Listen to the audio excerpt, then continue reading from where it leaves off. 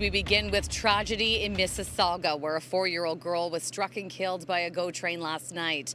Now, residents in this neighborhood are voicing concerns over a lack of safety barriers, telling us the tracks are too easy to access and are often used as a shortcut. We heard the train laid on the horn excessively, so we realized that at that point that there was something wrong. Seconds later, we just heard a loud impact. Peel Police, Metrolinx, and members of CP Rail are trying to piece together how this could have happened. Around 7:30 last night, the GO train with 300 people on board was coming full speed around a curve on the Milton line near Dundas and Cawthra when the child was struck. Mohammed works at a mechanic shop that backs onto the tracks and tells me what he and others witnessed was truly heartbreaking. I walked down there, like right under the bridge. There was 4 kids.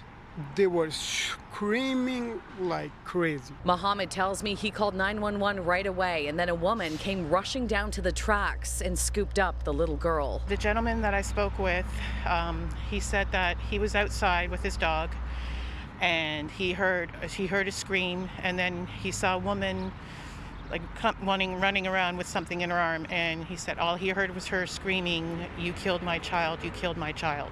Crews with CP Rail spent the day mending gaps in the fencing on both sides of the tracks. But here's the problem. You can see this wide open pathway. It runs behind some of the high-rise buildings and townhouse complexes in the area. And I'm being told that this easy access trail is where people often enter to either hang out on the tracks or cut across. Do people use that a lot? People are always going up and around there. Just random people cut through just to shortcut, just to get to the complex.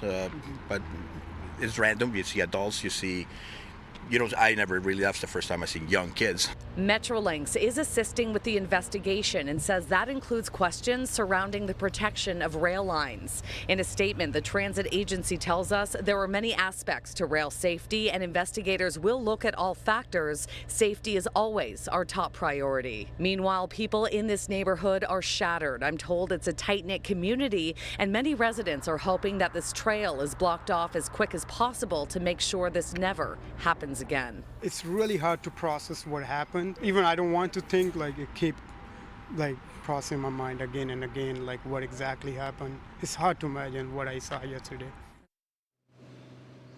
Now, Mohammed says that the fences have already been repaired several times before, but people keep cutting them down. And sadly, despite this tragedy, we have seen several adults walking across these tracks today. The Transportation Safety Board of Canada is also investigating, saying its sole aim is the advancement of safety.